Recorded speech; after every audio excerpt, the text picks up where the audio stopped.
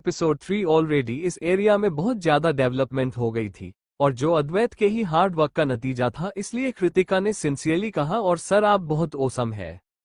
अद्वैत उसकी बातों से हैरान हो गया और उसकी आंखें मुस्कुरा रही थी और उसने पूछा, तो मैं औसम कैसे हूँ?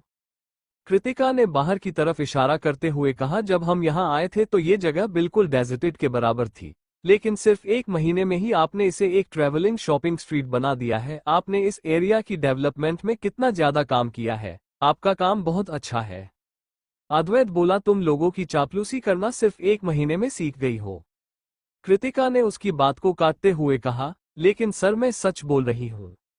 एक शॉपिंग स्ट्रीट क्रिएट करना कोई बड़ी बात नहीं है, चैलेंज है उसे लगातार चलते रहना ताकि यहाँ के लोग पॉवर्टी लेवल से बाहर आए और एक स्टेबल लाइफ जिए। फिर कृतिका ने पूछा, सर फ्यूचर में क्या प्लान है आपका? कृतिका को पहले हमेशा ही लगता था कि इस तरह के उजड़े हुए एरिया में आकर डेवलपमेंट करना बेकार है और अद्वैत और भी इम्पोर्टेंट काम कर सकता है, लेकिन इस तरह की जगह पर इतनी चेंज देखकर और अद्वैत की बातें सुनकर उसे एहसास हुआ कि अद्वैत न सिर्फ एक बिजनेसमैन है बल्कि नॉर्मल लोगों की फिक्र भी करता है।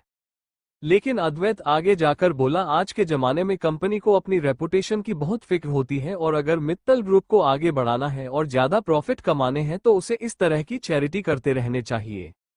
कृतिका, बिजनेसमैन को सिर्फ पैसा कमाना ही आता है, लेकिन कौन पैसे के लिए काम नहीं करता? पैसे के बिना जी कौन सकता है? इतने बड़े प्रोजेक्ट में इन्वेस्ट करके अद्वैत ने पहले ही उसके नतीजे सोच लिए होंगे। वो लोग काम की बजाय वॉक पर निकल गए तो कृतिका ने शॉपिंग स्ट्रीट के आगे बढ़ते हुए आम आदमी की परेशानियों के बारे में समझा और बोली, यह जगह बहुत खूबसूरत है, मगर यहाँ पर टूरिस्ट बहुत कम आते हैं क्योंकि यहाँ फैसिलिटीज और सपोर्ट कम है। अद्वैत ने हाँ में सर हिलाकर उसे आगे कंटिन्यू करने के लिए कहा तो कृतिका आगे बोली, अगर मुझे किसी जगह ट्रिप के लिए जाना है तो सबसे पहले मैं सोचती हूँ उसके बजट, उसके बाद सेफ्टी और उसके बाद ट्रांसपोर्टेशन। कृतिका ने और बहुत सारी बातें की और सब कुछ सुनाने के बाद अद्वैत ने उसे अप्रिशिएटिंग लुक दिया। अद्वैत का अप्रिशिएशन प्रकार कृतिका बहुत खुश हो गई। भले वो जानती थी कि अद्वैत की टीम ने पहले इन इश्यूज पर काम करना शुरू कर दिया है, मगर वो शायद उसकी एबिलिटी चेक करना चाहता था।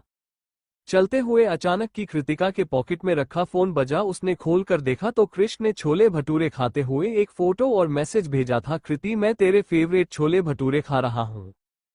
फोन स्पीकर पर रखा था जिससे उसके बगल में चल रहे हैं। अद्वैत ने भी कृष की बात सुनी और उसके चेहरे की स्माइल गायब हो गई। कृतिका का पूरा ध्यान तो अच्छे अच्छे खाने के फोटो पर था, जिसके कारण उसने अद्वैत के मूड में आए चेंज को बिल्कुल नोटिस नहीं किया। उस चोट की वजह से डॉक्टर ज्योति ने उसके डाइट को बहुत ही स्ट्रिक्ट कर दिया था। वो कुछ भी तेल या मसालेदार 1 महीने से नहीं खा पा रही थी और पिक्चर को देखकर कृतिका के मुंह में पानी आ गया। उसने अपने बॉस की तरफ मुड़कर पूछा, सर क्या मैं यहाँ कुछ स्नैक्स ट्राई कर सकती हूँ? आफ्टर ऑल यहाँ के सारे स्नैक्स टूरिस्ट के लिए ही तो बनाए गए। तुम छोले भटूरे खाना चाहती हो? अद्वैत तुरंत उसकी मन की बात समझ गया। क्या वो अपने हस्बैंड से इतना प्यार करता ही है कि जो वह खा रहा है वो भी वही खाना चाहती है ताकि उसके साथ मोमेंट शेयर कर सके? मैं तो बस चेक करना चाहती हूँ कि यहाँ पर आकर भी उसका टेस्ट दिल्ली वाले छोले भटूरे जैसा है या नहीं, ताकि फ्यूचर में यहाँ आने वाले गेस्ट को कोई प्रॉब्लम ना हो।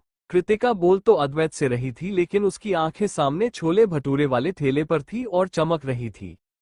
जब अद्वैत ने देखा कृतिका सचमुच खाना चाहती है तो वह थोड़ा सा नर्म पड़ गया, लेकिन फिर भी बोला, मैं इस तरह का ऑयली खाना नहीं खाता। कृतिका को पता था कि उसके बॉस ये सब नहीं खाते और ना ही वो अपने साथ ज्वाइन होने के लिए बोलना चाहती थी। वो मुस्कुराकर बोली, सर आप जाकर आराम कीजिए, मैं अकेले खा लूंगी। अद्वैत, वो उसकी असिस्टेंट है और उसे भागना चाहती है।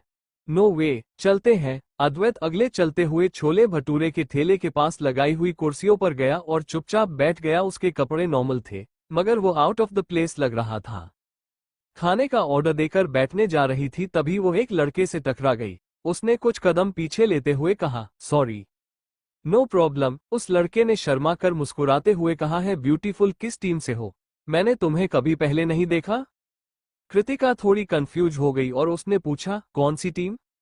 ओ तो तुम हमारे क्लब का पार्ट नहीं हो, तभी तो मैंने तुम्हें पहले नहीं देखा, वरना मैं तुम जैसी ब्यूटीफुल को कभी भूलता थोड़ी। उस लड़के ने शर्माते हुए अपना फोन निकाला और बोला, अब जब मिल गए हैं तो भाग, ये किस्मत की बात है, क्या हम कांटेक्ट एक्सचेंज कर ले? उसकी फ्लर्टिंग से कृतिका थोड़ी अनकंफर्टेबल हो गई, मगर उस लड़के को कोई फर्क नहीं पड़ा। सॉरी मगर मैं अपना कॉन्टैक्ट नंबर किसी अजनबी को नहीं देती। उस लड़के चेहरा और लाल होता जा रहा था। बस इस बार मुझे जीत जाने दो। मैं बस अपने कुछ दोस्तों के साथ ट्रुथ और डेयर खेल रहा था जिसमें मैं हार गया हूँ और मुझे डेयर मिला है कि मुझे एक लड़की का कॉन्टैक्ट नंबर लेना है। ये सुनकर कृतिका ने आसपास देखा और कहा, यहाँ पर बहुत सारी लड़कियां हैं, तुम किसी और का ले सकते हो, अगर और कोई नहीं माने तो तुम ही स्टोव वाली आंटी है ना, उनका ले लो। कृतिका नहीं जानती थी कि वो क्यों लड़का इतनी पुरानी ट्रिक यूज कर रहा है उसका कॉन्टैक्ट नंबर लेने के लिए। उस लड़के ने एम्बेरसमेंट में कहा, एक्चुअली मुझे लगा तो तुम बहुत खूबसूरत हो, इसलिए मुझे तुम्हारा नंबर चाहिए था। अगर मैं तुम्हें कंफर्टेबल कर दिया तो आई एम सॉरी। उसकी सच्चाई की वजह से कृतिका के मन में उसका इंप्रेशन थोड़ा ठीक हो गया और वह बोली, मैं तुम्हें दे दूंगी, बस पहले तुम्हें मेरे लिए एक फेवर करना होगा। वो लड़का बहुत खुश हो गया और बोला, क्या काम है तुम्हें? कृतिका बोली, मैं तुमसे कुछ सवाल पूछेंगी और तुम सच सच जवाब देना। वो लड़का, बिल्कुल पूछो। कृतिका ने पूछा, तुम कितनी बार यहाँ ट्रिप के लिए आए हो और तुम किस तरह के ट्रांसपोर्टेशन का इस्तेमाल करते हो? यहाँ का एनवायरनमेंट और खाना कैसा है? क्या तुम वापस आओगे? उस लड़के ने हंसते हुए कहा, ब्यूटीफुल, क्या तुमको ये सर्वे कर रही हो? हाँ, मैं यहाँ गवर्नमेंट प्रोजेक्ट के लिए काम कर रही हूँ और यह मेरी जॉब है। उस लड़के ने कहा, हम बोमसेल के मेंबर हैं, हम यहाँ पर 100 लोगों से भी ज्यादा हैं जो टूरिस्ट बस आए हैं। यहाँ की सीनरी बहुत खूबसूरत है लेकिन यहाँ के एल्टीट्यूड सिकनेस की वजह से कोई यहाँ वापस नहीं आना चाहता। मगर आज हमने यहाँ एक रेस्टोरेंट में खाना खाया जहाँ प्राइस शुरू में कम था लेकिन आखिर में उन्होंने हमसे 500 रुपये एक्स्ट्रा ले लिए। भले ही 500 रुपये एक टेबल के लिए ज्यादा नहीं थे मगर इस तरह हमारे मन में उसे होटल का इंप्रेशन बहुत बुरा हुआ। कृतिका ने उसे कहा कि ऐसा दोबारा कभी नहीं होगा और फिर पूछा, कितने रेस्टोरेंट ने ऐसा किया? उस लड़के ने जवाब दिया, सिर्फ एक, बाकी सब ठीक थे। फिर उसने अपना फोन निकलते हुए कहा, अब तुम्हारे सवाल खत्म हो गए हो तो क्या तुम मुझे अपना नंबर दोगी? थैंक्स, अगर तुम ही यहाँ एरिया में कोई भी प्रॉब्लम है तो मुझे बताना। उस लड़के ने पूछा, क्या मैं काम के अलावा भी तुम्हें फोन कर सकता हूँ? मैं शादीशुदा हूँ, कृतिका बोली और अद्वैत जहाँ बैठा था उस तरफ जाने लगी। वह लड़का कृतिका को जाते हुए देखा रहा और जैसे उसने अद्वैत को देखा उसके एक्सप्रेशन तुरंत बदल गए। थोड़ी देर पहले उसने सोचा था कि वह काफी गुड लुकिंग है इसलिए उसमें इतनी हिम्मत है कि वह कृतिका से डायरेक्ट उसका नंबर मांग सके, लेकिन उसे लगा कि अद्वैत ही कृतिका का हस्बैंड है और इसलिए उसने कृतिका से बात करने का इरादा छोड़ दिया। जब उसका हस्बैंड ही इतना हैंडसम है तो वह बाहरी इंसान को क्यों पूछेगी? उसे लड़के के ही ग्रुप के कई सारी लड़कियां वहां पर थी और अद्वैत से उसका कॉन्टेक्ट इन्फॉर्मेशन लेना चाहती थी लेकिन किसी में इतनी हिम्मत नहीं थी। किसी ने तो अपना फोन निकालकर उसकी फोटो लेने की कोशिश की तो अद्वैत ने उसे लड़की को इतना कोल्डली घूरा कि डर के मारे उस लड़की के होंठ से फोन गिरते गिरते बचा। कृतिका ने अद्वैत के सामने बैठते हुए काम की बात शुरू की, सर मुझे इस एरिया की कुछ प्रॉब्लम के बारे में अभी अभी पता चला। कुछ रेस्टोरेंट कस्टमर से यहाँ पर बिना मतलब की फीस चार्ज कर रहे हैं जिससे हमारे रिपीटेशन पर काफी गहरा असर पड़ सकता है। मैंने अपना कॉन्टैक्ट नंबर उस टूरिस्ट को दे दिया है कि अगर उसे कोई की दोबारा ऐसे ही प्रॉब्लम हो तो वो डायरेक्ट मुझे कांटेक्ट कर सकता है। अद्वैत, तो इसलिए उसने उस लड़के के साथ कांटेक्ट नंबर एक्सचेंज किया। वो सचमुच अपने हस्बैंड को धोखा नहीं दे रही। शिव ऑलरेडी इस पर काम कर रहा है। उसे ऑलरेडी पता है उसे कि वो पहली जिसने इस बारे में पता लगाया। ऑकवर्ड होते हुए उसने अपना सर स्क्रैच किया। अद्वैत भी आगे कुछ नहीं बोला और चुपचाप एक दूसरे को फेस करते हुए चुपचाप बैठे रहे। 10 मिनट बाद खाना आ गया तो कृतिका ने उसकी एक फोटो लेकर ग्रुप चैट में भेजी, मैं भी खा रही हूँ, तुम लोग अकेले नहीं हो। तभी दूसरी तरफ से क्रिश का वॉइस मैसेज आया, अकेले अकेले खाने में क्या मजा है, जब तू वापस आएगी तो हम एक साथ खाएंगे। कृतिका ने भी वॉइस मैसेज में जवाब दिया, हाँ सचमुच अकेले खाना बोरिंग है, लेकिन जब मैं वापस आऊंगी तो ट्रीट तुम्हारी तरफ से होगी। दूसरी तरफ से क्रिश थोड़ा सेंटिमेंटल हो गया और उसने मैसेज भेजा, तू 1 महीने से गायब है, मैं तुझे मिस कर रहा हूँ। कृतिका खाने के दौरान क्रिश से वॉइस चैट पर मैसेज करती रही और उसने अद्वैत को कंप्लीटली इग्नोर कर दिया। खाने के बीच में ही अचानक उसने ऊपर देखा तो अद्वैत का चेहरा बिगड़ा हुआ था। ये देखकर उसने पूछ लिया, सर क्या आप भी खाना चाहते हैं? अद्वैत ने उसे कुंडली घुरा और उठकर चला गया। कृतिका को अपनी बॉस की अचानक गुस्से का कारण समझ नहीं आया लेकिन उसके जाने के बाद कृतिका और खुश होकर अपना खाना एंजॉय करने लगी और अच्छे से खाकर बिल पे करके खुशी खुशी वापस जा रही थी। तभी उसे रोड साइड पर अद्वैत स्मोकिंग करता हुआ दिखाई दिया। उसके पास जाकर कृतिका ने पूछा, सर अब तक आप क्यों गए नहीं? आदत ने कोल्डली दी जवाब दिया, तुम मेरी बीवी नहीं हो, मैं जाऊं या ना जाऊं उसे तुम्हारा क्या लेने देना है? कृतिका, उसने तो ऐसे ही थोड़ी सी चिंता से पूछ लिया। क्या उसे इतना रूड होने की जरूरत है? अगर उसे पता होता उसका बॉस उसके साथ ऐसा बिहेव करेगा तो वह ऐसे नाटक करती जैसे उसने उसे देखा ही नहीं और चुपचाप यहां से चली जाती। सॉरी सर, इस बार मैं कुछ ज्यादा कर गई, अगली बार मैं केयरफुल रहूंगी। कृतिका नहीं वापस जाते वक्त मांगी और उसने सोच लिया कि अगली बार से वह अपनी असिस्टेंट वाली पोस्ट तक ही सीमित रहेगी और उससे कुछ नहीं पूछेंगी। कृतिका ने फैसला कर लिया कि वह कभी भी कोई पर्सनल सवाल नहीं पूछेगी। पिछले कुछ वक्त से वो अद्वैत के साथ काम कर रही थी और उसके अच्छे बिहेवियर की वजह से उसे थोड़ी सी लिबर्टी मिल गई थी, मगर वह अपने आप को कंट्रोल करेगी। अद्वैत आगे चलते हुए अपनी सिगरेट निकालकर स्मोक कर रहा था और उसकी नज़र लगातार कृतिका पर बनी हुई थी। वो बस कृतिका को सेफली होटल छोड़ना चाहता था। तभी अचानक डॉक्टर ज्योति सामने आ गई और बोली, अनमोल ने तुम्हारा ऑर्डर के अकॉर्डिंग मालती को वार्निंग देती है, वो अब कृतिका को परेशान नहीं करेगी। अद्वैत ने हाँ में सर हिला दिया तो डॉक्टर ज्योति आगे बोली, हिना ने भी बता दिया है कि मालती हाल फिलहाल में क्यों इतनी रिसेंटली एक्टिव थी। ये सब इसलिए क्योंकि दिशा और मिस बजाज ग्रेजुएट होकर देश वापस लौटने वाली है और वह मिस बजाज के लिए पहले से ही रास्ता क्लियर कर देना चाहती थी। अद्वैत ने सिगरेट का एक पफ लेकर मुस्कुराकर कहा, वो मेरे लिए फैसला नहीं ले सकती। वो तुम्हारी माँ है, ऐसा करने से तुम्हारी रेपुटेशन खराब होगी। डॉक्टर ज्योति ने अद्वैत को बड़ा होते हुए देखा था। वो जानती थी कि उसके पेरेंट्स के साथ उसके रिश्ते बिल्कुल अच्छे नहीं है, बहुत ही खराब है। पहले अद्वैत ने पर्सनली अपने फादर को कंपनी की हाई पोजीशन से नीचे गिराया और मित्तल ग्रुप का मालिक बना था और उसने अपने ही फादर को जेल भिजवा दिया था, जिसकी वजह से बाहरी दुनिया में खबर फैल गई कि वह रुथलेस और क्रूएल है और उसके अंदर फैमिली के लिए कोई प्यार नहीं है। रेपुटेशन, अद्वैत को इससे कोई फर्क नहीं पड़ता था और अगर उसे फर्क पड़ता है तो वह किसी और तरीके से पब्लिक ओपिनियन बदल सकता था। डॉक्टर ज्योति ने ना चाहते हुए भी अद्वैत को देखा और आखिर में पूछ लिया, अद्वैत, क्या कृतिका के लिए तुम्हारे मन में कोई स्पेशल फीलिंग है, जो तुम उसके लिए इस तरह प्रोटेक्टिव हो रहे हो? अद्वैत ने एक आईब्रो उठाकर उन्हें देखा और कहा, क्या आपको लगता है कि मैं आपको और अनमोल को परेशान होता हुआ अपनी आंखों के सामने देख पाता? अद्वैत ने डायरेक्टली जवाब नहीं दिया, मगर डॉक्टर ज्योति उसके बातों का मतलब समझ गई। वो ये कहना चाहता है कि कृतिका भी उसके और अनमोल की तरह ही है। अद्वैत के दिल में उसके एम्प्लॉइज जिसकी उसे चिंता है, इसलिए कोई उन्हें परेशान नहीं कर सकता। अगले दिन कृतिका वापस काम पर लग चुकी थी। भले ही वो 1 महीने से आराम कर रही थी, मगर उसके काम करने की एबिलिटी में कोई फर्क नहीं पड़ा था। वो हर एक काम बहुत ही अच्छे से मैनेज कर रही थी। 15 दिनों बाद वह एरिया ऑफिशियली ओपन हो गया और वहां के ओपनिंग सेरेमनी के बाद सब लोग वापस दिल्ली लौट गए। इस बार अद्वैत अपने प्राइवेट प्लेन से वापस लौटा और जब वो लोग लौटे तब तक रात का समय ही था।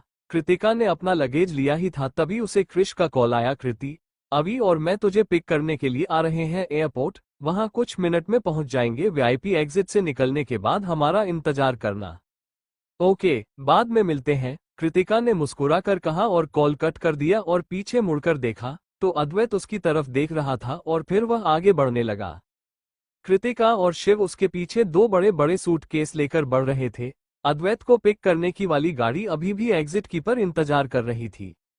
अद्वैत जाकर डायरेक्टली अंदर बैठ गया, लेकिन कृतिका और शिव को अभी भी लगेज रखना था। कोई भी अद्भुत के बगल में बैठना नहीं चाहता था, तो शिव जल्दी से लगेज रखकर आगे वाली पैसेंजर सीट पर बैठ गया। कृतिका पीछे वाली सीट की तरफ बढ़ रही थी और उसे आता हुआ देखकर अद्वैत ने उसके लिए जगह खाली कर दी, लेकिन कृतिका ने मुस्कुरा कर कहा, सर, मैं आप लोगों के साथ नहीं आ रही, कोई मुझे पिक करने के लिए आ रहा है। ये सुनकर अद्वैत ने ड्राइवर को गाड़ी शुरू करने का इशारा किया तो उनकी गाड़ी वहां से होकर जाने लगी। तभी एक नॉर्मल सी कार उनके आसपास से गुजरी। अद्वैत को लगा कि वो उस गाड़ी को जानता है। उसने मुड़कर देखा तो वह गाड़ी कृतिका के सामने रुकी और उसमें से एक लड़का उतरा और उसने जल्दी से कृतिका के हौंद से उसका बैग ले लिया। अद्वैत उस लड़के का चेहरा देख पाता, उसे पहले ही ड्राइवर ने गाड़ी तेज कर दी थी। अद्वैत काफी फ्रस्ट्रेटेड हो गया और उसने अपनी कॉलर का एक बटन खोला और किसी को कॉल करके पूछा, कैसी है सिचुएशन। तभी दूसरी तरफ से एक केयरलेस आवाज आई, इतने सारे एक्सीलेंट लॉयर्स हैं मित्तल ग्रुप में, तुमने मुझे क्यों चूज किया? वैसे क्या वो अफवाह सच है कि तुम्हारी वाइफ ने तुम्हें धोखा दिया है? अद्वैत ने यह बात अपनी दादी माँ के अलावा किसी को नहीं बताई थी, मगर वह जानता था कि यह खबर किसने फैलाई है। उसने पूछा, कितने लोग इस बारे में जानते हैं? सारे 4 बड़े परिवार, इस बार सच में तेरी बहुत बेइज्जती हुई है। दूसरी तरफ वाले आदमी ने कहा, कितनी सारी लड़कियां थी जो तुमसे प्यार करती थी और तुम्हारी शादी करना चाहती थी, वह भी कितनी अच्छे अच्छे परिवारों की, लेकिन तू अपनी दादी माँ की बात मानकर एक मामूली लड़की से शादी कर ली और अब तेरे साथ ये सब हो रहा है। अद्वैत ने शार्पली कहा, पॉइंट पर आओ। दूसरी तरफ वाला आदमी ने सीरियसली कहा, क्या तुम्हें मुझ पर भरोसा नहीं है? अगर तुम मुझे ऑर्डर दोगे तो मैं तुम्हारी वाइफ से आज रात ही डाइवोर्स पेपर पर साइन करवा लूंगा। अद्वैत ने घड़ी देखते हुए कहा, मैं तुम्हें 2 घंटे देता हूँ। 2 घंटे के अंदर मुझे साइन डिवोर्स पेपर चाहिए। और वही गाड़ी में बैठते ही कृतिका का प्राइवेट फोन बजा तो दूसरी तरफ से एक आवाज आई, मिस श्रीवास्तव, मैं आपके हस्बैंड अक्षत का नया लॉयर बोल रहा हूँ। आपके डाइवोर्स के लिए आपके सिग्नेचर चाहिए, क्या आप खुद देंगी या फिर मैं आपके पास आऊं? दूसरी तरफ वाले इंसान की टोन बहुत सख्त था, जिसका साथ मतलब था तो उसके साथ कुछ बुरा होगा ना आने पर। कृतिका ये सुनकर गुस्से में आ गई, मगर गलती उसकी थी कि उसने देरी कर दी, इसलिए उसने कहा, मैं आऊंगी मिलने, जगह बताइए। दूसरी तरफ वाले इंसान ने वो जगह बता दी, जो उनके घर से ज्यादा दूर नहीं थी। कृतिका ने क्रिश से कहा, क्रिश मुझे स्टारलाइट कॉफी शॉप जाना है। अभी बोली, कितनी लेट हो गई है और तुझे इस वक्त कॉफी पीनी है कि तुझे डर नहीं क्या, तुझे रात को नींद नहीं आएगी? कृतिका हंसते हुए बोली, कॉफी पीने नहीं जा रही हूँ, मैं डाइवोर्स पेपर साइन करने जा रही हूँ। क्रिश और अविका एक साथ बोले, तू अभी अभी प्लेन से उतरी है और तेरे हस्बैंड तुझे डाइवोर्स पेपर साइन करने के लिए बुला रहा है, वो बहुत बुरा है, हम तेरे साथ चलेंगे। कृतिका कहना चाहती थी कि इसकी जरूरत नहीं है, मगर उसकी बात उन दोनों ने सुनी नहीं और वह कृतिका के बगल वाली टेबल पर ही बैठकर उसकी और लोअर की बातें सुनाने लगे। वो लॉयर काफी यंग और अच्छे फीचर्स के साथ था, जैसे अभी कोई टीवी सीरियल से बाहर आया हो। उसने पॉलिटली कृतिका को बिजनेस कार्ड देते हुए कहा, मिस श्रीवास्तव, मेरा नाम मनन देसाई है और आपसे मैं आपके अक्षत के साथ डाइवोर्स वाली प्रोसीजर को हैंडल करूंगा। कृतिका ने वो कार्ड लिया और पढ़ा, chief lawyer Manan Desai of एक XX फॉर्म। कृतिका उस लो फर्म का नाम जानती थी और यह भी जानती थी कि लीगल वर्ल्ड में उनकी काफी रिपीटेशन है। प्लीज एग्रीमेंट को केयरफुल पढ़िए और अगर कोई इश्यू नहीं है तो साइन कर दीजिए। क्या मुझे अभी भी साइन की जरूरत है? मैंने कभी आज से पहले डाइवोर्स नहीं लिया तो मुझे इसकी कोई नॉलेज नहीं है, मुझे पढ़ना होगा। मनन को लगा कि सामने वाली लड़की काफी फनी है और उसने हंसते हुए कहा, कोई जल्दी नहीं है, आप अपने टाइम लीजिए। और मनक उसकी तरफ देखने लगा, वो बहुत खूबसूरत थी। उसने एक गहरी सांस छोड़ी, इस बारे में सोचते हुए कि जब बात रिलेशनशिप की हो तो अद्वैत कितना कलूलेस है। उसने इतनी खूबसूरत लड़की से शादी की और फिर भी उसे अकेला छोड़कर अब्रो चला गया। अगर उसने इतनी खूबसूरत लड़की से शादी की होती तो उसे एक सुंदर सोने के घर में छुपा कर रखता और हर वक्त उसके साथ रहता, जिस किसी और लड़के को कोई चांस ना मिले। अब जब अद्वैत ने उसे अकेला छोड़ दिया तो किसी और की किस्मत चमक गई। मनन काफी मेमोरीज होकर कृतिका की खूबसूरती को देखे जा रहा था और डॉक्यूमेंट पढ़ते वक्त उसके चेहरे पर अलग अलग एक्सप्रेशन आ रहे थे। डाइवोर्स एग्रीमेंट पर जब शादी वाली डाइवोर्स के बाद पैसे बांटने वाली लाइन पड़ी तो उसके चेहरे और खराब हो गया। वो उसके पैसे किसी को नहीं देना चाहती थी, नहीं उसे दूसरी साइड के पैसे चाहिए थे। लेकिन जब उसने उसे पर वह लाइन देखी कि उसे इमोशनल डैमेज के लिए 10 लाख रुपए देने होंगे तो वह हंसने लगी। उनकी शादी बड़ों ने तय की थी और 1 साल में वो लोग एक बार भी नहीं मिले। उनका डिवोर्स तो न्यूट्रल होना चाहिए। उसमें उम्मीद नहीं की थी कि उसका कभी ना दिखाई देने वाला हस्बैंड ऐसी कोई डिमांड करेगा। मुस्कुराते हुए कृतिका ने वापस वो डॉक्यूमेंट दिया और बोली, और ये 10 लाख रुपए इमोशनल डैमेज, ये क्या है? आपको पता है आपने क्या किया है मिस श्रीवास्तव? मनन ने उसे देखा और यह सोचा कि वो पक्का लव अफेयर्स में परो होगी, तभी तो उसने उसके अफेयर के बारे में कहा, मगर वह शांत है। कृतिका ने पूछा, क्या किया है मैंने? मिस श्रीवास्तव, हम दोनों जानते हैं कि क्या चल रहा है। अभी इस तरह नाटक कर रही तो रूड होने के लिए मुझे ब्लेम मत कीजिएगा। उसने सप्लीमेंट वापस उसे देते हुए कहा, आपको किसी भी कीमत पर साइन करना होगा। वो बहुत सख्त एक्सप्रेशन के साथ बोल, मगर कृतिका बिल्कुल नहीं डरी। 6 महीने अद्वैत के साथ रहने के बाद उसे इस आदमी से डर तो बिल्कुल नहीं लगता था। उसने शांति से मुस्कुराकर जवाब दिया, अगर मैं साइन नहीं किया तो आप क्या करेंगे मेरे साथ? कृतिका के एक्सप्रेशन नहीं बदले, मगर मनन प्रेशर महसूस कर सकता था। मनन ने अपनी आवाज साफ करते हुए कहा, miss Srivastava, please paper sign कर दीजिए और हम बाद में बात कर सकते हैं। क्या मैं बेवकूफ दिखती हूँ? कृतिका ने गुस्से में कहा, अक्षत से कहो अगर उसे सच में डिवोर्स चाहिए तो हम एक टाइम सेट करके अपने जरूरी डॉक्यूमेंट कोर्ट लेकर पहुंच जाएंगे।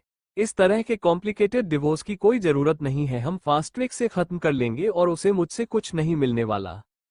मनन ने बहुत सारे सिचुएशंस को फेस किया था, मगर कृतिका को ट्रांसपोर्टेशन एंड डिस्ट्रीब्यूशन नहीं किया जा सकता था। फिर अचानक उसे अद्वैत का ख्याल आया और उसके गुस्से को याद करके उसने कहा, 2 मिनट के लिए मेरा इंतजार कीजिए।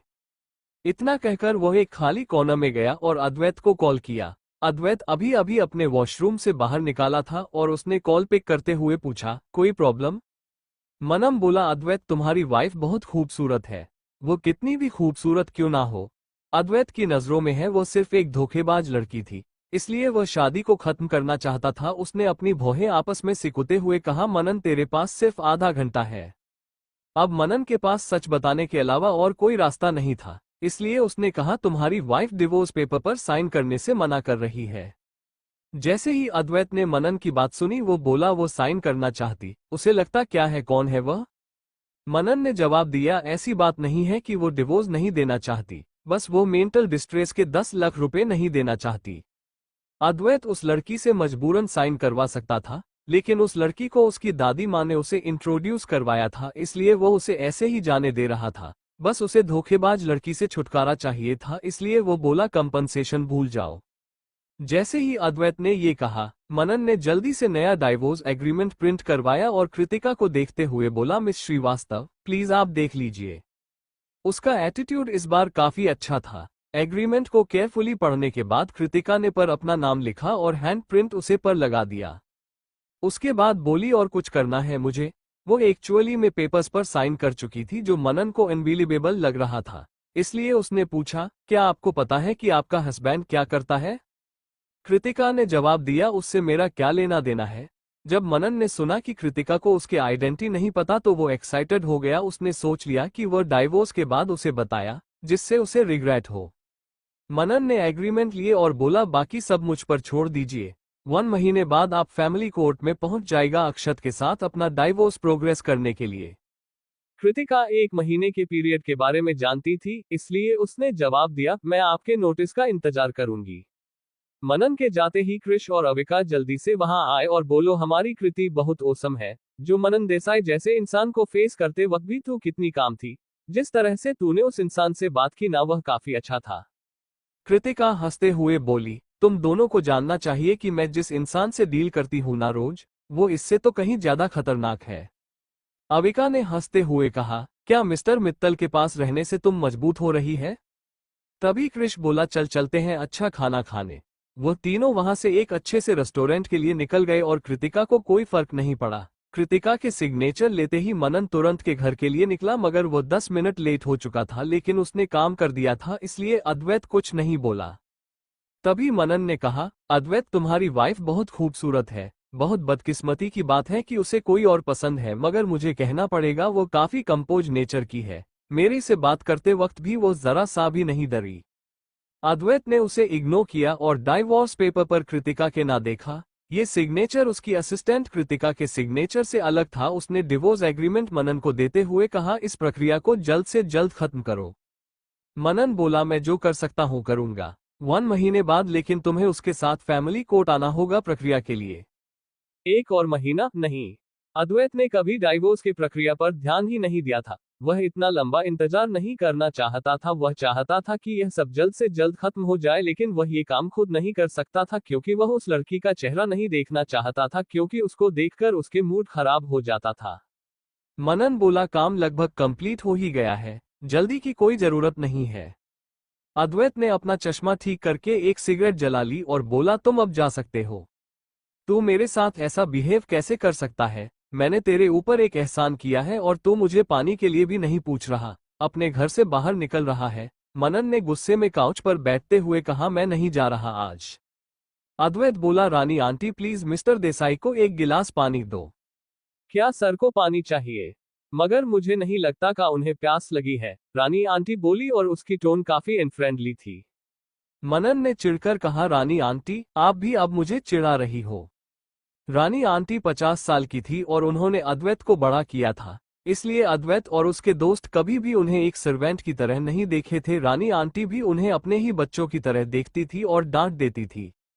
उन्होंने एक गिलास पानी लाते हुए कहा, यंग मास्टर, अगर आप इसी तरह की हरकतें करने वाले हैं तो इनकी शादी आदि खत्म हो गई है और आप नहीं चाहते कि आपकी दादी माँ वापस आए और आपको डांटे।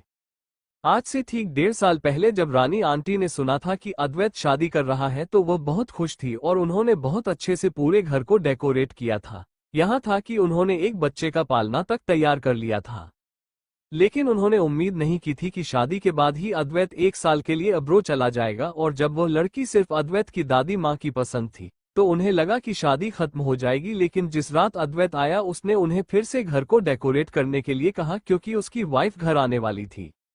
अपनी वाइफ के बारे में बात करते वक्त अद्वैत की टोन सबसे ज्यादा जेंटल थी। वो सचमुच उस लड़की को सब कुछ देना चाहता था। जब वह रानी आंटी ने सुना कि उनके घर की यंग मैडम आ रही है तो उन्होंने पूरा घर फिर से दुल्हन की तरह सजा दिया था। लेकिन उस रात अद्वैत अपनी वाइफ को घर लेकर नहीं आया, यहाँ तक कि वो घर तक नहीं लौटा और ना ही उन्हें अपने यंग मैडम की कोई खबर मिली, जिनको देखने के लिए वो तरस रही थी। और अब मनन आया है, ये बकवास कर रहा है कि वो लोग डिवोर्स लेने वाले हैं, जिससे वो बहुत चिढ़ी हुई थी और उनकी सारी पॉलिटनेस खत्म हो गई थी। रानी आंटी, मुझे इसके लिए ब्लेम मत कीजिए। और उसने यहाँ से जाने का प्लान करते हुए कहा, अद्वैत मैं अब रोड जा रहा हूँ कल। सॉरी, मैं तुम्हारे बर्थडे पर तुम्हारे साथ नहीं होगा, मगर मैं तुम्हें जरूर एक स्पेशल गिफ्ट दूंगा कुछ दिनों बाद आकर। उसकी कोई जरूरत नहीं है। अद्वैत मुड़कर सीढ़ियों से ऊपर जाने लगा तो रानी आंटी ने पीछे से चिल्लाकर कहा, अद्वैत क्या मैं तुमसे कोई सवाल पूछ सकती हूँ? हाँ, अद्वैत ने पीछे मुड़कर कहा।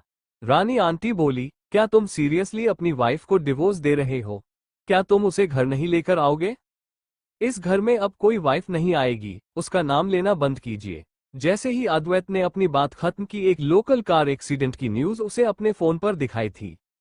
अद्वैत उस फोन नोटिफिकेशन को इग्नोर करने वाला ही था, लेकिन जैसे ही उसे न्यूज आर्टिकल में एक जाना पहचाना चेहरा दिया, उसने बेचैनी से अपनी गाड़ी की चाबी ली और दौड़ते हुए वहां से निकल गया, जिससे रानी आंटी वही कंफ्यूजन में खड़ी रह गई। अद्वैत जल्दी से गाड़ी चलाते हुए दिल्ली के पीपल्स हॉस्पिटल में पहुंचा, जिसका एड्रेस उसने न्यूज में देखा था, और रिसेप्शन पर कुछ कर उसने कृतिका का रूम ढूंढा। वो दरवाजे के पास पहुंचा ही था तभी उसे अंदर से कृतिका की आवाज सुनाई थी, छोटी सी खरोच है, चिंता मत कर। ये सुनकर अद्वैत ने छोटी सी खिड़की से देखा तो उसे कृतिका बेड पर आधी लेटी हुई दिखाई दी और उसके बगल में दरवाजे की तरफ पीठ करके एक लड़का बैठा हुआ था, जिसने जेंटल आवाज में पूछा, क्या तू ठीक है? क्या तू चाहता है कि मैं खड़ी हो जाऊं और यहाँ दौड़ कर दिखाऊं कि जिसे ये साबित हो जाए कि मैं ठीक हूँ? कृतिका ने उठने का नाटक किया तो कृष्ण ने उसे वापस बिठाते हुए कहा, आज रात हम ऑब्जर्वेशन के लिए अस्पताल में ही रुकने वाले हैं, कुछ भी क्यों ना हो जाए, और इस बार तुझे मेरी बात सुननी होगी। कृष्ण की पीठ दरवाजे की तरफ थी, इसलिए अद्वैत उसका चेहरा नहीं देख पा। अचानक अद्वैत के मन में दरवाजा खोलकर तुरंत इंसान अंदर जाने की इच्छा हुई। वो देखना चाहता था उस आदमी को जिसे कृतिका की सारी लॉयल्टी मिली है, और समझना चाहता था कि क्यों वो उसके सारे अटेंशन डिजर्व करता है। सर, किसे ढूंढ रहे हैं आप? एक नर्स जो पेशेंट चेक करने आई थी, उसकी आवाज से अद्वैत का ख्याल टूटा। अद्वैत ने एक नजर ना उसको देखा और वहां से चला गया, और पार्किंग लॉट में पहुंचकर उसने अपनी सिगरेट निकाली और उसका एक गहरा पफ लिया और अचानक कोडली हंसा। वो सिर्फ उसका बॉस है, उसका सिर्फ एक छोटा सा कार एक्सीडेंट हुआ है और उसका ध्यान रखने के लिए उसका हस्बैंड उसके साथ है। वो क्यों हॉस्पिटल आया? उसने शिवम को कॉल किया और बोला ड्रिंक करनी है। शिवम बोला बिल्कुल।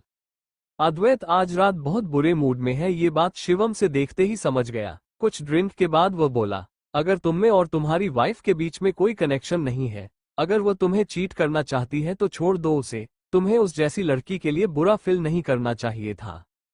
अद्वैत कोल्डली बोला, क्या उस जैसी लड़की मेरी उदासी डिजर्व करती है?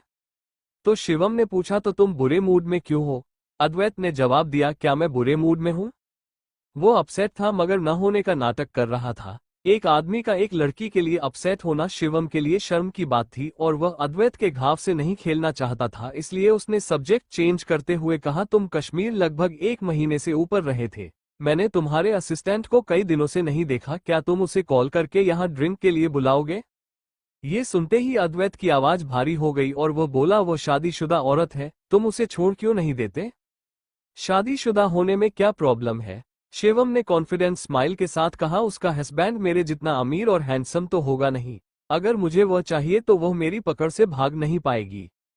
एक बहुत तेज आवाज के साथ अद्वैत ने अपना गिलास टेबल पर पटकते हुए कहा, वो मेरी है, उसके ऊपर एक उंगली रखने की हिम्मत मत करना। वो इतना ड्रंक हो गया था कि अपने सही इमोशन दिख रहा था। शिवम ने चिढ़ाते हुए कहा, है तुम्हारी मतलब क्या है? तुम्हारी? वह तुम्हारी असिस्टेंट है। अगर मैं उसे अपने साथ आने के लिए कहता हूँ और वह एक्सेप्ट कर लेती है तो इसमें तुम्हारा क्या लेना देना? अद्वैत बहुत अच्छे से जानता था कि कृतिका सिर्फ उसके असिस्टेंट है, ना कि उसकी बीवी, और उसकी पर्सनल फीलिंग से उसका कोई लेना देना नहीं होना चाहिए।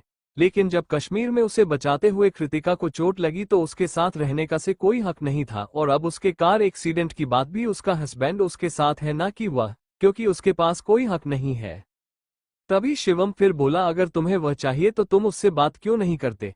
उसकी शादीशुदा होने वाली बात को छोड़ दो, मुझे नहीं लगता कि कोई भी लड़की तुम्हारे चार्म को रेजिस्टेट कर सकती है। इन बातों ने अद्वैत के दिल में छुपे हुए उसे डेविल को जगा दिया। एक पल के लिए उसे लगा कि इतना भी बुरा आइडिया नहीं है। लेकिन क्या वो उसे चाहिए? उसे नहीं पता था। उसे वो जब भी किसी और लड़के के साथ देखा तो उसे बहुत गुस्सा आता था, खास करके उसके हस्बैंड के साथ। शायद ऐसा इसलिए क्योंकि उसकी शादी एक ऐसी लड़की से हुई जिसने उसे चीट किया और उसे जलन होती है, उसे आदमी से जिसे कृतिका पूरे दिल से चाहती है। शिवम ने अपना फोन निकाला और अद्वैत की फोटो लेकर कृतिका का भेजते हुए मैसेज किया, कृतिका, तुम्हारे प्रेसिडेंट सर की वाइफ ने उन्हें चीट किया है। वो इतना दुखी है कि रो रहा है, शायद तुम्हें यहाँ कर उसे घर ले जाना चाहिए। मैसेज भेजने के बाद शिवम ने जल्दी से अपना फोन साइड में रख दिया और कैजुअली ड्रिंक करने लगा। उसने सोचा कि उसने कृतिका को यहाँ बुलाकर अपना काम कर दिया है, लेकिन अगर उन दोनों के बीच कुछ होगा या नहीं ये तो अद्वैत के बिहेवियर पर है। कृतिका ने किसी भी तरह दोनों को मना लिया अस्पताल से घर जाने के लिए, और वो लोग इस वक्त गाड़ी में घर की तरफ जा रहे थे। मगर अविका फिर भी बोल रही थी, कृति क्या होगा अगर तुझे इंटरनल ब्लीडिंग हुई हो? मैंने सारी चीजें हैंडल कर ली थी जिसे तुझे हॉस्पिटल में घर जैसा लगे, लेकिन फिर भी तो हॉस्पिटल नहीं, हॉस्पिटल में रुकी नहीं। कृतिका बोली, मुझे हॉस्पिटल में नींद नहीं आती, मैं 1 महीने से ठीक से नहीं सोई हूँ, मुझे मेरी बेड की बहुत याद आ रही है। क्रिश के हाथ अभी भी थोड़े थोड़े कांप रहे थे। वो बोला, आज हम खुशकिस्मत थे, वह कितना क्लोज था, हम लगभग तुझे खोने वाले थे। डिनर करने के बाद क्रिश गाड़ी लेने के लिए पार्किंग लौट गया और अविका वॉशरूम और कृतिका रेस्टोरेंट के बाहर उनका इंतजार कर रही थी। तभी अचानक एक बहुत ही तेज गाड़ी उसी की तरह आई। किस्मत से कृतिका ने जल्दी से रिएक्ट किया और पीछे की तरफ कूद गई, जिससे उसे कोई सीरियसली इंजरी नहीं हुई, मगर फिर भी उसके हथेली और एल्बो के ऊपर चोट आई थी। वो गाड़ी जाकर पेड़ से टकरा गई, जिसकी वजह से गाड़ी और ड्राइवर बुक दोनों को ही बहुत नुकसान हुआ, लेकिन एम्बुलेंस टाइम पर आने की वजह से ड्राइवर की जान को खतरा नहीं हुआ। तभी कृतिका के फोन पर नोटिफिकेशन आया। उसने देखा तो मैसेज शिवम की तरफ था। जब उसने शिवम को मैसेज देखा तो उसे भरोसा ही नहीं हुआ, लेकिन 1 सेकंड सोचने पर उसे यह इम्पॉसिबल नहीं लगा, क्योंकि पहले जब भी अद्वैत अपनी वाइफ का जिक्र करता था उसके चेहरे पर मुस्कुराहट होती थी, लेकिन बाद में उसने अपनी वाइफ का नाम लेना कोई बंद कर दिया। कृतिका ने गहरी सांस छोड़कर कहा, जब हम सिमर क्लब के पास से गुजरे तो मुझे उतार देना। अविका ने पूछा, क्यों? क्या तुम फिर से अपने हार्टलेस बॉस के ड्राइवर बनने वाली हो? कृतिका ने गहरी सांस छोड़ते होते हुए कहा, मैं उनकी असिस्टेंट हूं, मुझे ये चीज करनी होगी। तुम्हें जल्दी ही अपनी स्टोरी की कॉपीराइट फ्री मिल जाएगी, तुम्हें पैसों की कमी नहीं है, तुम क्विट कर सकती हो। क्रिश ने उसे मनाने की कोशिश की, मगर वह दोनों ही जानते थे कि वह मानेंगी नहीं। लेकिन तभी तो उसके दोनों बेस्ट फ्रेंड ने कहा, हम तुम्हारे साथ जाएंगे और उसे तुम्हारे साथ घर डरोप कर देंगे। यह मेरा काम है, तुम लोग नहीं चल सकते। कृतिका ने उन्हें मना करते हुए कहा, चिंता मत करो, मैं अपना ख्याल रखूंगी। वो लोग कृतिका को ज्यादा परेशान नहीं करना चाहते थे, इसलिए उसे सिमर क्लब के बाहर ड्रॉप कर दिया। कृतिका ने जल्दी से वो प्राइवेट रूम ढूंढ लिया, जहां अद्वैत उसे देखकर शिवम की आंखों में चमक आ गई और उसमें उसे गले लगाने के लिए आगे बढ़ते हुए कहा, मिस श्रीवास्तव, काफी टाइम हो गया, मुझे आपकी बहुत याद आई। हेलो मिस्टर मलिक, कृतिका ने उसे ग्रिट किया और आसपास देखते हो पूछा, क्या आपने मुझसे झूठ बोला? मुझमें इतनी हिम्मत कहाँ है? इतना कहकर शिवम ने बालकनी की तरफ इशारा किया तो कृतिका की नजर अद्वैत पर गई, जो फोन से बात कर रहा था। उसने उससे पहले नोटिस नहीं किया क्योंकि बालकनी की लाइट बंद थी। शिवम बोला, कृतिका, क्या तुमने कभी सोचा है आगे जाने के लिए एडवांटेज लेने का? कृतिका ने एक आईब्रो उठाते हुए पूछा, शिवम तुम्हारा मतलब क्या है? शिवम ने हंसते हुए कहा, प्रेसिडेंट मित्तल की वाइफ उनके ऊपर चीट कर रही थी, ये बात हमारे शकल में आग की तरफ फैल गई है। कई औरतें थी इस मौके का फायदा उठाकर उसकी जिंदगी में जगह बनाना चाहती हैं, मगर वो उसके नजदीक भी नहीं पहुंच सकती। लेकिन तुम दूसरी तरफ उसके साथ हमेशा रहती हो, तुम्हारे पास मौका है। कृतिका शिवम को पंच करना चाहती थी। कैसे यह इंसान हर बार इसी तरह सोचता रहता है? शिवम, तुम्हें चुप हो जाना चाहिए। शिवम को भरोसा नहीं हो रहा था कि कोई लड़की अद्वैत को रिजेक्ट कर सकती है। अद्वैत अमीर है, हैंडसम है, फिट है और वो दूसरी लड़कियों की तरफ देखता भी नहीं। कि तुमने कभी नहीं सोचा उसके साथ होने का? बिल्कुल नहीं, बिल्कुल भी नहीं, कृतिका ने सनखत आवाज में जवाब दिया। मिस्टर मलिक, अगर आप नहीं चाहते कि मेरी नौकरी जाए तो प्लीज ये सब बातें दोबारा मत कीजिएगा। जैसे उसने अपनी बात खत्म की, बालकनी का दरवाजा खुला और अद्वैत अंदर आया। उसके हमेशा अच्छे से सेट रहने वाले बाल पूरे बिखेर चुके थे और उसकी चश्मे के पीछे छुपी हुई आंखें थोड़े नशे में लाल हो गई थी। उसे देखकर लग रहा था कि उसने बहुत ड्रिंक कर ली है। तुम यहाँ फिर से? जब अद्वैत ने कृतिका को वहां देखा तो उसकी आंखों में एक खुशी दिखाई थी, लेकिन कृतिका का जवाब सुनकर वह खुशी तुरंत गायब हो गई। मैं बस अपने जॉब के लिए आई हूँ, अद्वैत ने कोल्डली हंसते हुए कहा। तुम वापस जाओ और ड्राइवर को बोले मुझे पिक करने के लिए। अगर पास्ट होता तो कृतिका तुरंत जाने के लिए मान जाती, लेकिन इस वक्त उसकी आंखों में अद्वैत उसका सख्त बॉस नहीं था, बल्कि एक नॉर्मल इंसान था जो प्यार में टूटा हुआ है। इसलिए वो उसे अकेला नहीं छोड़ना चाहती थी। शिवम ने भी उसे मनाने की कोशिश करते हुए कहा, अद्वैत तू ड्रंक है, ज्यादा मत बोल, मिस श्रीवास्तव को तुझे घर ले जाने दे। कृतिका ने गाड़ी की चाबी उठाते हुए कहा, सर चलिए। थोड़ी देर बाद अद्वैत गाड़ी की बैक सीट कर बैठा कृतिका को सीरियस एक्सप्रेशन के साथ ड्राइविंग करता हुआ देख रहा था। वो एक शब्द नहीं बोल रही थी, वो बस अपना काम कर रही है। आधे घंटे बाद वो लोग विला पहुंच गए। अद्वैत का ये दूसरा विला था जहां कृतिका 2 बार आई थी कुछ डॉक्यूमेंट्स देने के लिए, इसलिए उसे ये जगह पता थी। गाड़ी में बैठा हुआ अद्वैत बिना हिले डुले बैठे हुए था और उसने अपना हाथ सर पर रखा हुआ था, जैसे उसे दर्द हो रहा हो, जिससे कृतिका थोड़ी परेशान हो गई और उसने पूछा, सर क्या आपकी अल्कोहल एलर्जी फिर से एक्टिवेट हो गई है? अद्वैत ने कोई जवाब नहीं दिया। कृतिका ने बैंक सीट की लाइट ऑन की तो अद्वैत की स्किन थोड़ी लाल थी, मगर यह कोई उज्ज्वल एलर्जी के सिम्टम्स नहीं थे। उसने फिर से उसे याद दिलाया, सर हम घर आ गए हैं। अद्वैत ने अपनी आंखें खुली और क्यूरियस लोग के साथ कहा, क्या तुम एक हैंगओवर सूप बना दोगी?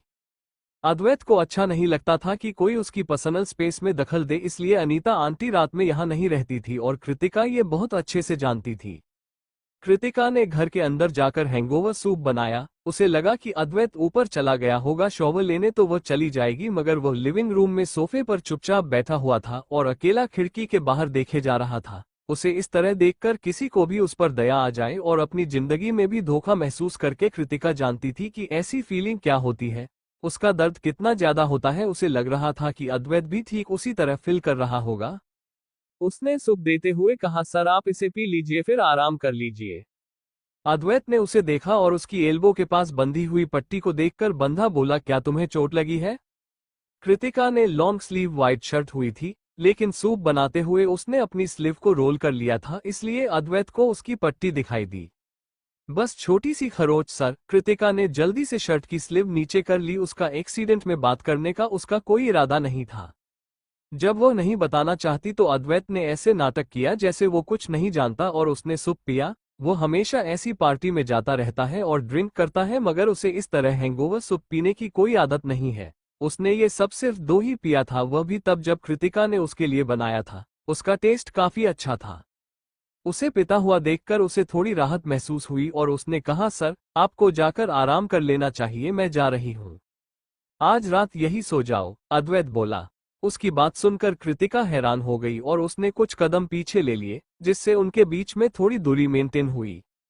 खुद को इस तरह अवॉइड करता हुआ देखकर अद्वैत की आंखें कोल्ड हो गई और वो बोला, यहाँ आसपास रात को टैक्सी नहीं मिलती है, इसलिए सेकंड फ्लोर पर जो गेस्ट रूम है उनमें से कोई एक चुनकर वहीं रुक जाओ। कृतिका, तो ये था उसकी बातों का मतलब। वह ज्यादा ही सोच रही थी। अद्वैत खड़ा हुआ और उसने फर्स्ट एड किट लाकर उसमें से एक ऑइंटमेंट उसे देते हुए कहा, इसे शॉवर लेने के बाद अप्लाई कर लेना।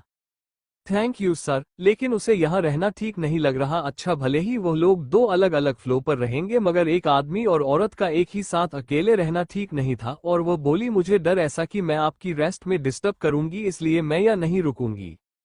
मैं 3rd फ्लोर पर रहूंगा और तुम 2nd फ्लोर पर। तुम कैसे मुझे डिस्टर्ब करोगी? क्या तुम्हारे पैर इतने लंबा है कि सीलिंग तक पहुंच जाओ? कृतिका, अद्वैत बोला, रात के 2 बजे बज गए हैं और तुम्हें कल सुबह जल्दी लौटना होगा। क्या तुम श्योर हो कि तुम जाना चाहती हो? कृतिका को एहसास हुआ कि कल सुबह उसे रोज से जल्दी यहां आना था, अद्वैत की birthday party decoration planning company के साथ डिस्कस करने के लिए।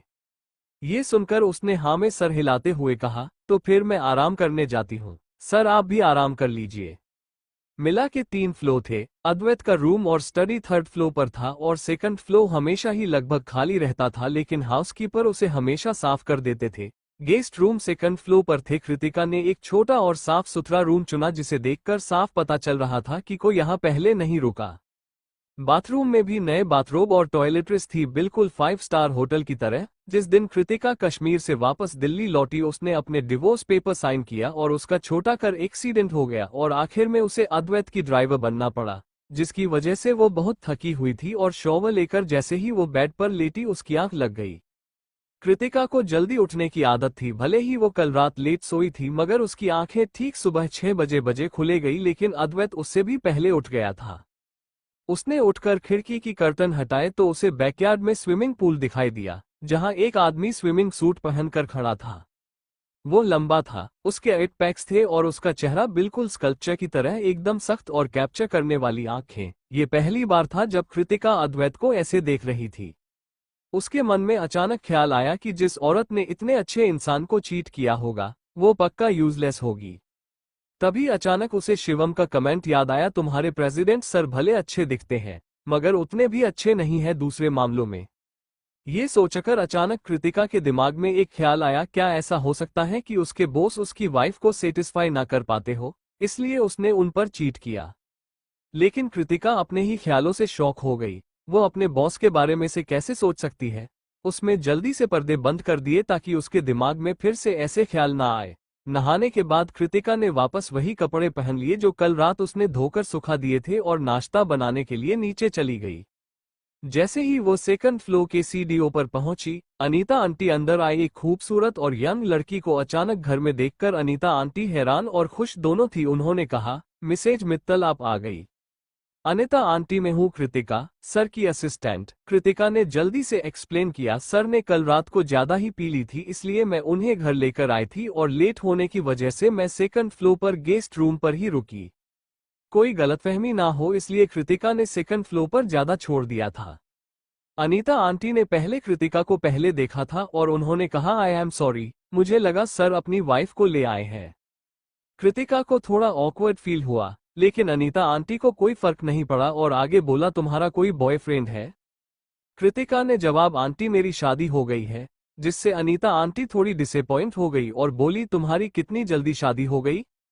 कृतिका ने हाँ में सर हिला दिया। अनीता आंटी नाश्ता बनाने जा रही थी, इसलिए उन्होंने पूछा, अच्छा तुम क्या खाओगी नाश्ते में? आंटी, क्या मैं खुद अपने लिए कुछ बन सकती हूँ? कृतिका हमेशा ही सिंपल खाना पसंद करती थी, इसलिए उसे खुद बनाना था। अनीता आंटी ने खुश होकर कहा, ऑफ कोर्स सर, बहुत कम ही घर पर खाना खाते हैं, इसलिए मुझे अभी अभी उनका खाना बनाना पड़ता है। तुम इसे अपना ही घर समझो और जाकर जो चाहे वो किचन में कर सकती हो। थैंक यू आंटी, कृतिका बोली और जो उसे जरूरत थी वो चीजें तैयार करने लगी। इंग्रेडिएंट्स कृतिका ने जल्दी सेट कर लिए और स्वास्थ्य तैयार करने लगी और पास्ता बॉईल करने के बाद उसने फ्राई किया और पास्ता तैयार हो गया। अनीता आंटी कृतिका को इतनी स्मूथली काम करता हुआ देखकर हैरान हो गई। आजकल की लड़कियां खाना बनाने नहीं जानती, अच्छा से खाना बनाना तो दूर की बात है, लेकिन कृतिका जैसी खूबसूरत लड़की इतनी अच्छी से खाना बना ले, ये तो लाखों में कोई एक ही कर पाता है। उन्होंने पास्ता की सुगंध महसूस किया तो उनके मुंह में भी आने लगा और उन्होंने कहा, मिस श्रीवास्तव, आपका हस्बैंड सचमुच बहुत लकी है जिसे इतनी अच्छी खाना बनाने वाली वाइफ मिली है।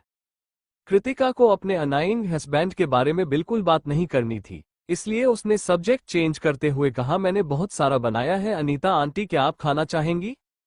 अनीता आंटी बहुत खुश हो गई, बोली, बाद में जाने से पहले ना तुम मुझे बता देना कि यह कैसे बनता है।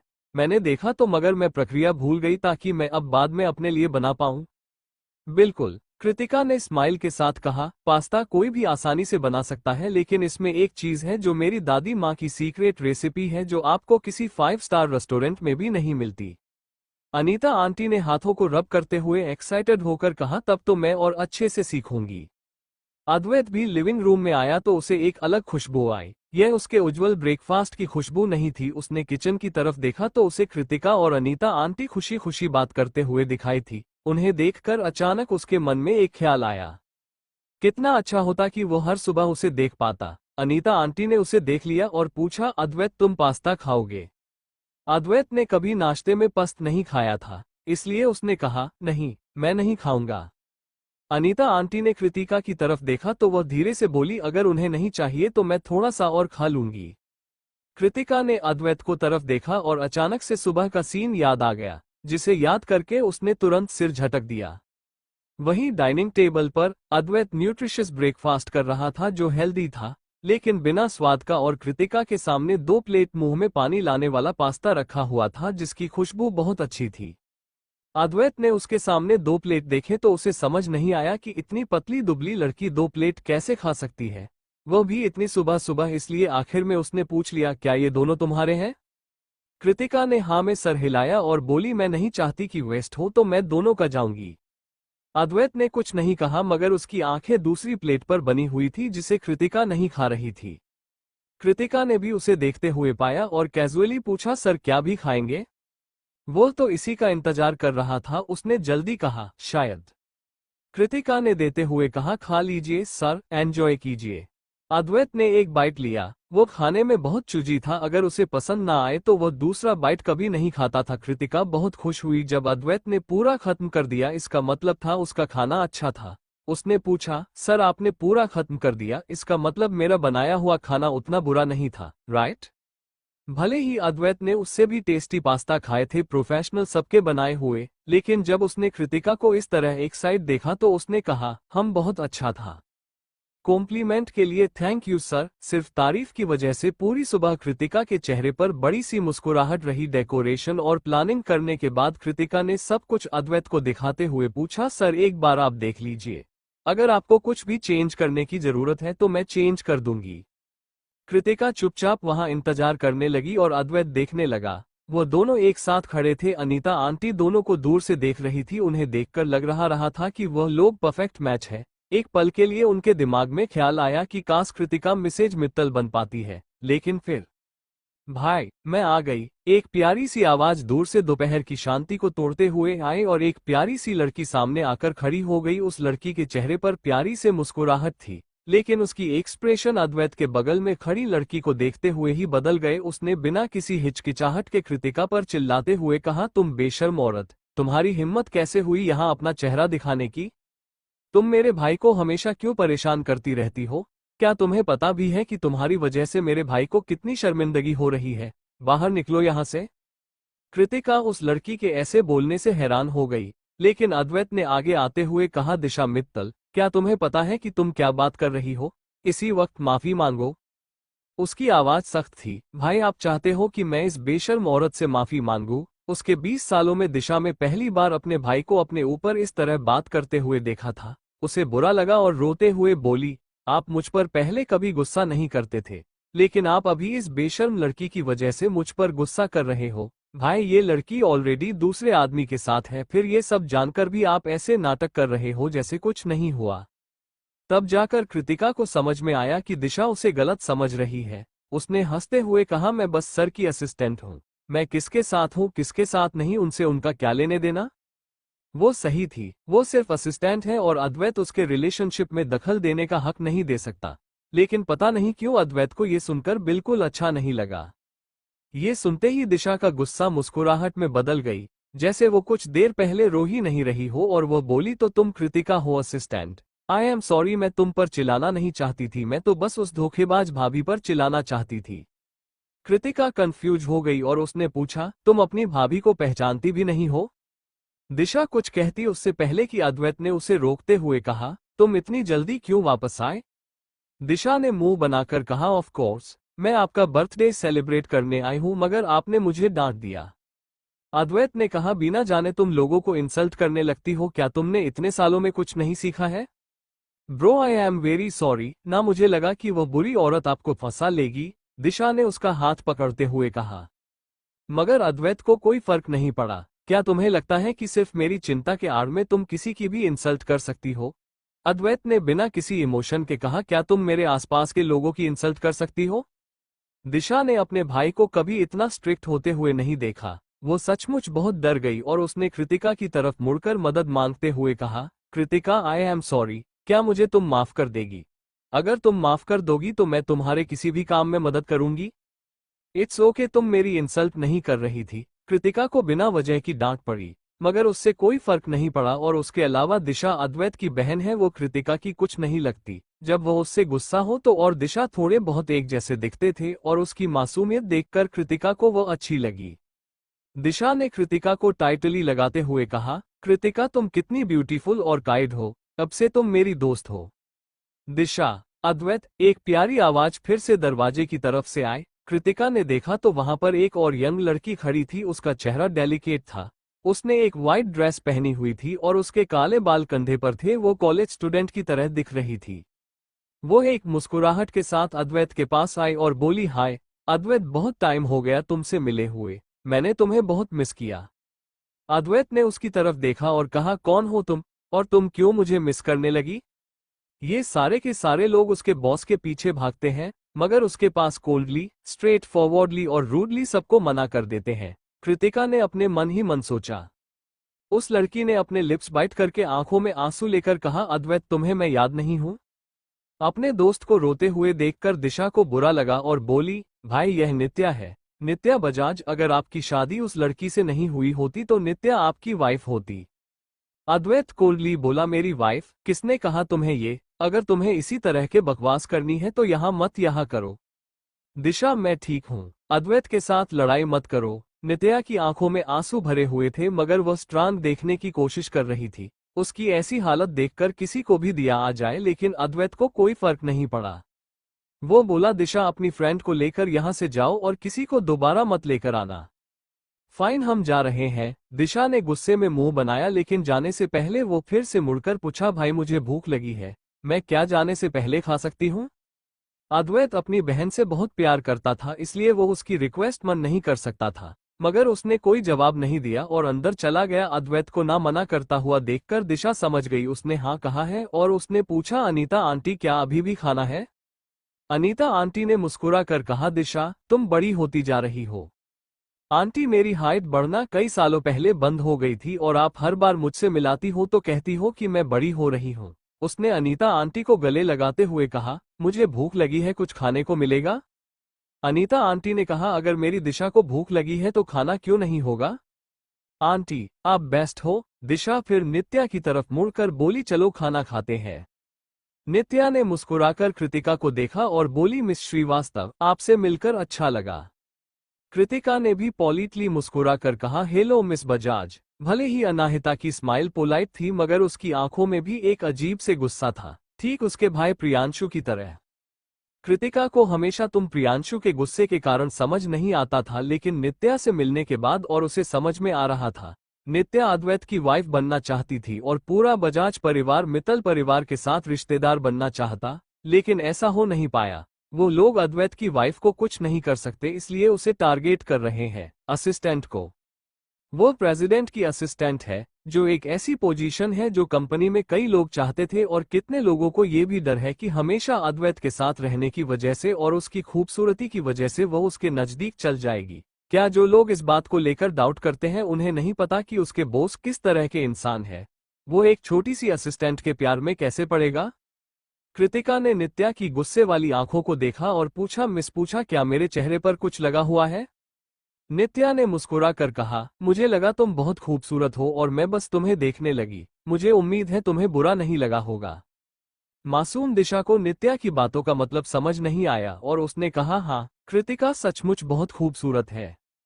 नित्या आगे बोली, मिस श्रीवास्तव, इतनी खूबसूरत होने के बाद तो बहुत सारी लड़के आपके पीछे बड़े होंगे।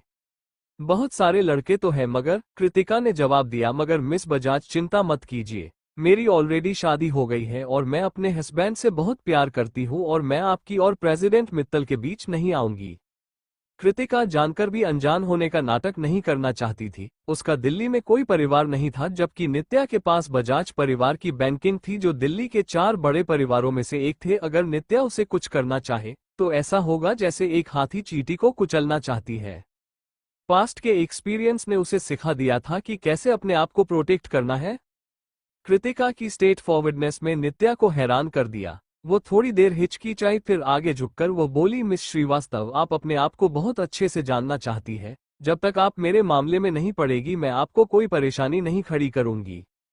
नित्या, जो अभी अभी अद्वैत के सामने इनोसेंट और स्वीट बिहेव कर रही थी, उसके जाते ही उसने अपने असली रंग दिखाना शुरू कर दिए। कृतिका खुश थी कि उसका जजमेंट बिल्कुल गलत नहीं था और वह इस ऊपर से स्वीट लड़की के जाल में नहीं फंसी। अपने आप को समझ नहीं सबसे बड़ी स्ट्रेंथ होती है।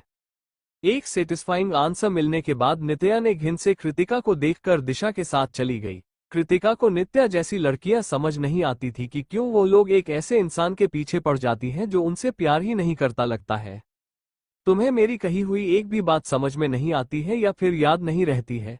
अचानक से कृतिका को अपने पीछे से अद्वैत की सख्त आवाज बात सुनाई दी तो उसने पीछे मुड़कर उसे देखा।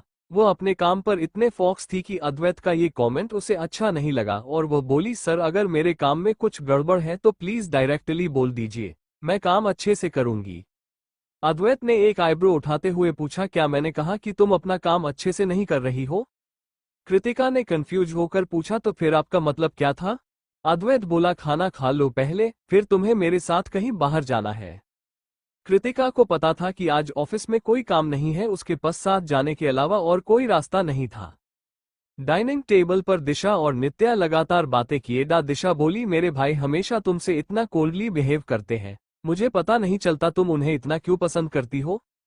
नित्या ने जवाब दिया, क्या किसी को पसंद करने के लिए किसी कारण की जरूरत होती है? मैं जब से छोटी थी तब से मुझे अद्वैत की दुल्हन बनना था और इस जिंदगी में उसके अलावा मैं और किसी से शादी नहीं करूंगी।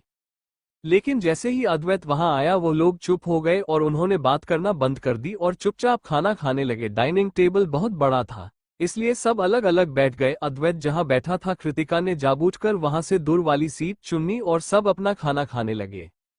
उसने सुबह बहुत खाया था इसलिए उसे अभी भूख नहीं थी। उसने अपना खाना खत्म किया तब उसकी नजर अद्वैत पर गई, जिसे अभी तक आपने खाने को हाथ भी नहीं लगाया था। अद्वैत ने नित्या की तरफ देखकर कोल्डली कहा, क्या तुम्हें सचमुच लगता है कि तुम मुझे सीरियसली शादी कर सकती हो? क्योंकि तुम मेरी दुल्हन बनना चाहती थी। अगर तुम सचमुच अपने आप को और अपने परिवार को एम्ब्रेस नहीं करना चाहती तो इन रियलिस्टिक थॉट को अपने दिमाग से निकाल दो। अद्वैत, आई एम सॉरी। नित्या ने अपनी हॉट बाइट की और आंसू भरी आंखों के साथ बोली, मैं जानती हूँ ये सब इसलिए क्योंकि उस लड़की ने तुम्हें धोखा दिया, इसलिए तुम डिवोर्स चाहते हो और मेरी फीलिंग्स की वजह से दूसरे लोग ये सोचेंगे कि तुम मेरी वजह से डिवोर्स ले रहे हो। मुझे अपनी फीलिंग्स इस वक्त नहीं बतानी चाहिए थी, मगर मैं खुद को रोक ही नहीं पाई। मैं तुमसे इतना प्यार करती हूँ कि चाहती हूँ कि पूरी दुनिया इस बारे में जाने। तुम मुझे पसंद नहीं करते हो तो प्लीज मेरी सच्ची फीलिंग को हर्ट मत करो। ये कितनी मेलोड्रामेटिक लड़की है, कृतिका मन ही मन बोली। लेकिन नित्या की बातों से अद्वैत को कोई फर्क नहीं पड़ा और बोला, मेरे साथ यह गेम मत खेलो। क्या तुम्हें लगता है कि मेरा डिवोर्स हो गया इसलिए तुम्हारा रास्ता खाली हो गया? इतना कहकर उसने दिशा की तरफ देखा और बोला, दिशा अभी के अभी इस इंसान को यहाँ से लेकर जाओ और इस तरह के इंसानों के साथ दोस्ती थोड़ी कम करो। नित्या, चलो यहाँ से चलते हैं। अद्वैत आज बहुत बुरे मूड में था, इसलिए दिशा घबराकर नित्या को लेकर वहां से तुरंत भाग गई। वही गाड़ी में दिशा ने नॉर्मल होकर कहा, नित्या मैंने तुमसे पहले भी कहा है, मेरे भाई को अपने पर्सनल स्पेस में दखल बिल्कुल पसंद नहीं और अगर मैं तुम्हें लेकर जाऊंगी तो वह खुश नहीं होंगे। नित्या ने पीछे की तरफ देखा, गाड़ी आगे बढ़े जा रही थी और विला दूर छूटता जा रहा था, जिसके वह हमेशा देखा करती थी। उसके दिमाग से अद्वैत और कृतिका एक साथ खड़े थे, वो सीन निकल ही नहीं रहा था। वो किसी और से बेहतर जानती थी कि अद्वैत लड़कियों को कितना नापसंद करता है। उसने बहुत कोशिश की थी अद्भुत के करीब जाने की, लेकिन हर बार अद्वैत उसे रिजेक्ट कर देता था। कृतिका भी एक यंग लड़की थी, लेकिन वह आसानी से अद्वैत के करीब जा सकती थी। जितना वह इस बारे में सोच रही थी उतना चिढ़ रही थी। उसने कहा, अगर उसे अपने पर्सनल स्पेस की इतनी ही फिक्र है तो फिर वो लड़की अपनी मर्जी से उसके घर में कैसे आ जा सकती है, वह भी उसके इतनी नजदीक?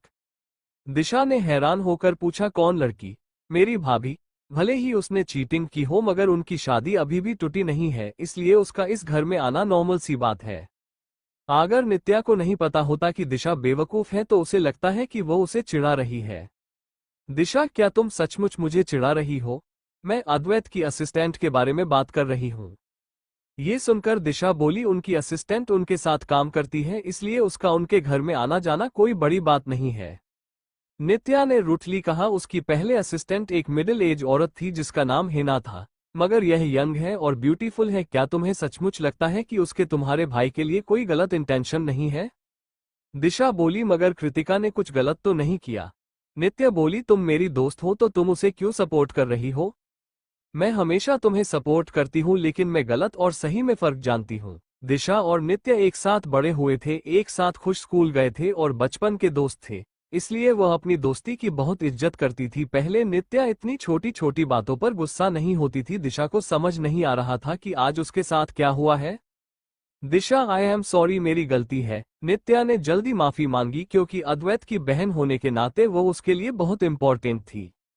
मैं तुम्हें माफ करती हूँ। दिशा मुस्कुराई और उनकी दोस्ती फिर से ठीक हो गई। वही विला के अंदर कृतिका फिर से अद्वैत को किसी लड़की को रिजेक्ट करते हुए देखा तो वह उसे थोड़ा एडमिरे करने लगी। उसके बॉस कितने आसानी से हाइपोक्रेटिक लोगों को पहचान लेते हैं। तभी अचानक अद्वैत ने पूछा, तुम मुस्कुरा क्यों रही हो? कृतिका ने जल्दी मुस्कुराना बंद कर दिया और जवाब दिया, क्या मैं मुस्कुरा रही थी? अद्वैत कुछ सेकंड के लिए रुका और फिर उसने कहा, मेरा उसे लड़की से कोई लेना देना नहीं है। ये सुनकर कृतिका को समझ नहीं आया कि वो क्यों उसके सामने एक्सप्लेन कर रहा है, तो वह थोड़ा कंफ्यूज होकर बोली, सर यह आपका मैटर है, मुझे बताने की क्या जरूरत है? अद्वैत को भी नहीं समझ में आया कि क्यों कृतिका को वह एक्सप्लेन कर रहा था, मगर वह नहीं चाहता था कि वह उसे गलत समझे। टॉपिक बदलते हुए कृतिका ने तुरंत काम की तरफ मोड़ दिया और बोली, सर प्लेन पूरी तरह तैयार हो चुका है, मुझे जाकर चेक करना होगा। अद्वैत बोला, मैंने ऑलरेडी वो काम शिव को सौंप दिया है, तुम मेरे साथ चल रही हो। कृतिका को पता था कि बाद में तो कोई काम नहीं है, इसलिए सिर्फ नहीं पता था कि वो लोग कहाँ जा रहे हैं, मगर फिर भी वो मान गई। वो लोग जल्दी गराज पहुंचे जहां पर एक दर्जन भी ज्यादा लग्जरियस गाड़ियां पार्क थी। अद्वैत ने किसी ड्राइवर को नहीं बुलाया, इसलिए कृतिका को लगाकर उसे ड्राइविंग करनी है तो कृतिका रोल्स रॉयस की तरफ आगे बढ़ी जो वो अक्सर चलता था। लेकिन अद्वैत दूसरी डार्क ग्रे स्पोर्ट्स कार की तरफ बढ़ते हुए बोला, हम आज इसमें जाएंगे और मैं ड्राइविंग करूंगा। कृतिका अपने बॉस को ड्राइविंग नहीं करने दे सकती थी और उसके अलावा स्पोर्ट्स कार्स में सिर्फ 2 सीट्स थी, तो अगर वो गाड़ी चलाएगा तो उसे पैसेंजर सीट पर बैठना होगा। फिर कृतिका ने एक बार सुना था कि लड़के अपनी पैसेंजर सीट पर किसी खास लड़की को ही बिठाते हैं, जैसे कि वाइफ या फिर गर्लफ्रेंड। ये सोचकर वो उसे और ड्राइव नहीं करने देना चाहती थी। वो बोली, सर क्या आप ड्राइव करेंगे? ये ठीक रहेगा, मैं आज किसी प्राइवेट में मामले के लिए बाहर जा रहा हूँ और मुझे तुम्हारी मदद चाहिए, मगर चिंता मत करो, तुम्हें आज के लिए ट्रिपल सैलरी मिल जाएगी। जैसे ही कृतिका ने ट्रिपल सैलरी का नाम सुना उसकी आंखों में चमक आ गई और उसने जल्दी से पैसेंजर सीट पर बैठते हुए कहा, सर बस बताइए मुझे क्या करना है, मैं तुरंत कर दूंगी। उसे इतना एक्साइटेड देखकर अद्वैत चेहरे पर मुस्कुराहट आ गई। जल्दी ही वो गाड़ी विला से निकालकर हाईवे पर दौड़ने लगी। गाड़ी स्पीड से चल रही थी मगर दोनों शांति से बैठे हुए थे। तो कृतिका ने उससे पूछा, सर मैं आपके साथ तकरीबन आधे साल से कम कर रही हूँ, मैं आपको पहली बार ड्राइविंग करते हुए देखा था, मुझे नहीं पता की थी कि आप इतने अच्छे ड्राइवर हो सकते हैं। अद्वैत बोला, मुझे रेसिंग बहुत पसंद थी, मैं पहले रेस कार ड्राइवर था। आप एक रेस कार ड्राइवर थे? कृतिका यह नहीं जानती थी। अगर मेरे परिवार को मेरी जरूरत नहीं होती तो अब तक मैं शायद एक रेस कार ड्राइवर होता। अद्वैत बोलकर हंसा मगर कृतिका उसकी हंसी में कड़वाहट देख सकती थी। तो अद्वैत के पास भी उसका अपना एक सपना था, लेकिन फैमिली बिजनेस को उसने ज्यादा इंपॉर्टेंट दी। कृतिका को भरोसा था कि अद्वैत जैसा कोई जिसके पास सब कुछ है, वह अगर चाहता तो वह बन सकता था। उनकी गाड़ी तेजी से 2-3 घंटे चलती रही और वह लोग शहर की भीड़ भाड़ से दूर एक शांत जगह पर आ गई। हाईवे पर भी जब पुलिस ने अद्वैत को देखा तो उसे बिना कुछ कहे अंदर जाने दिया और 10 मिनट चलने के बाद वह लोग एक बहुत खूबसूरत सी जगह पहुंचे जहां चारों तरफ फूल खिले हुए थे। वहां का नजारा इतना खूबसूरत था जैसे कोई परी टेल।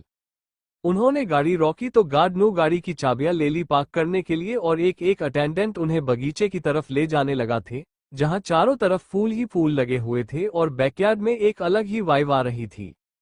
वहां पर बहुत सारे खूबसूरत फूल और एक फाउंटेन था। आदमी और औरतों के हंसने की आवाज और एक साथ मस्ती करने की आवाज अंदर से आ रही थी। वहां काफी खुशनुमा माहौल था। जब वह लोग वहां पर पहुंचे तो उन्हें 3 कपल्स एक साथ बैठकर आपस में कार्ड खेलते हुए दिखाई दिए। वह तीनों ही गॉर्जियस कपल कोई आम इंसान नहीं लग रहे थे। उनके और डेमोन्स की वजह से कृतिका ने उन्हें देखकर पहचान की कोशिश की, मगर उनमें से किसी को वह पहचान नहीं पाए। तभी उन सब ने एक साथ अद्वैत और उसे देखा और बोले, अद्वैत तू फाइनली आ गया। Thank you for listening. मुझे उम्मीद है आपको ये स्टोरी पसंद आई होगी। अगर आपको पसंद आई है तो प्लीज लाइक और कमेंट करना ना भूलें और मोर स्टोरीज के लिए सब्सक्राइब करें। मिलते हैं नेक्स्ट वीडियो में।